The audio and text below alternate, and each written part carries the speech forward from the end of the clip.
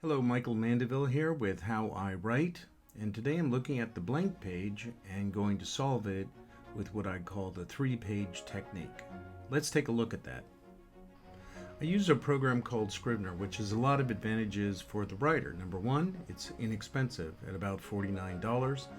Number two, it's feature rich. It's got a lot of very powerful components to it, but even in its simplest form, it has the ability to organize your thoughts in a way. So if they come to you out of sequence, you could actually put a note in there saying, here's an idea I have for a scene. You may not even know where it falls yet, but it's in there, and you accumulate this information, this creativity, this brainstorming under topics such as character or research or whatever you want to do.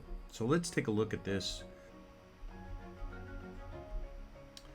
So in Scrivener, you're able, of course, to put in folders, subfolders, and documents, and then subdocuments. So in this particular case, I'm on this little Act 3 of Episode 7, or Chapter 7 for right now, we'll call it.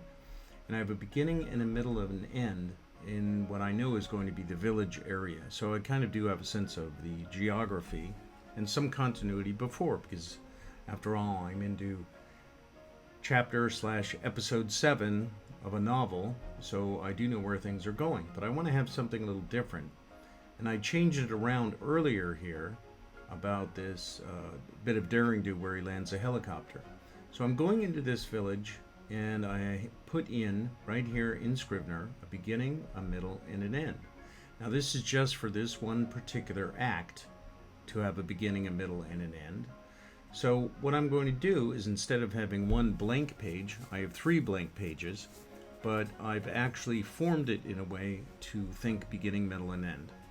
So when I start to do this, I am just going to write down ideas and think about them throughout the next few hours, some of which I call diversionary thinking, where I go and do something else, maybe in the garden or something, but I'm thinking about this issue. So right now, I'm just going to write down a number of possibilities right here.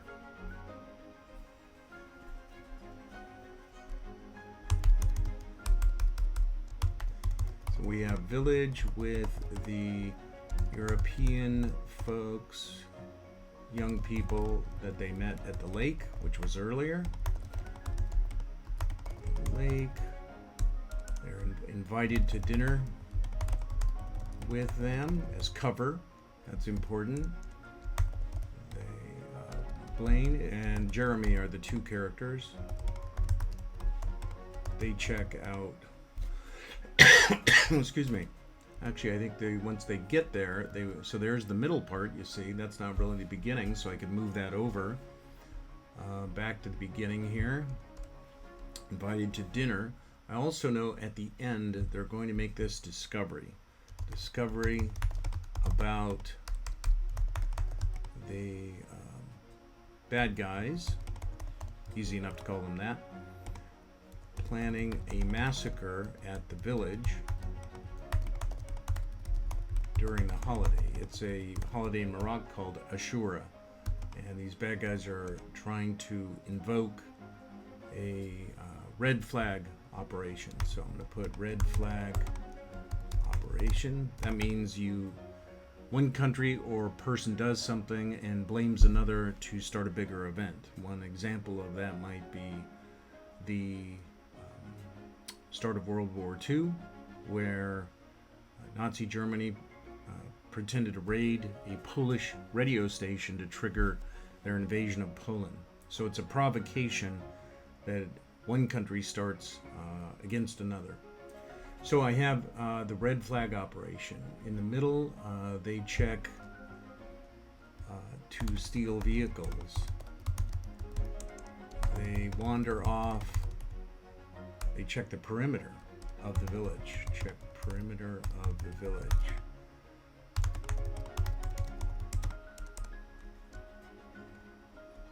They spy on local police to see if they're alert. Check on communications to see if they can call out.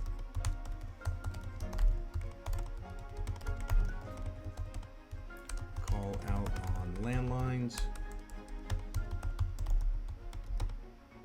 but the cell phone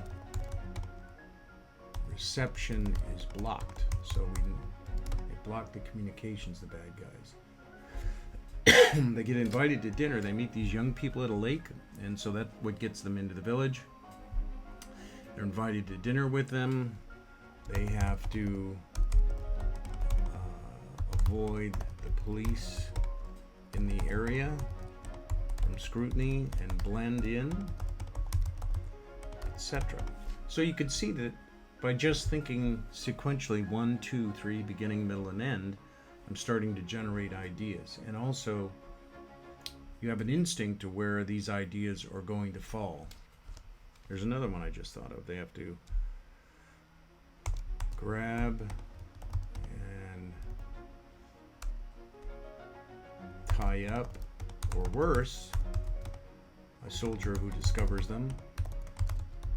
I wanted Jeremy, who is 17, to have to take some very strong action in this arena, something that's very disconcerting, excuse me, and something that his father, who is an agent, has to talk him through.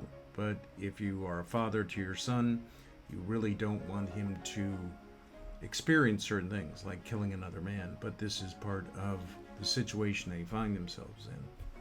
So there's this part where it's action and this part where it's personal. So I definitely wanted something like that.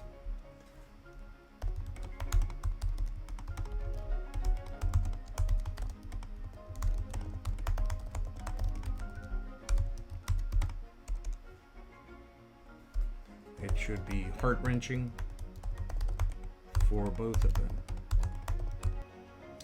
So with this technique, what I've done is taken a blank page, which might be stopping me, and according at a beginning, a middle, and end, which we're all very familiar with, this concept, as a narrative and a timeline. And it automatically starts to break down my thoughts and my brainstorming and my creativity into areas. Oh, well, this belongs here and that belongs there.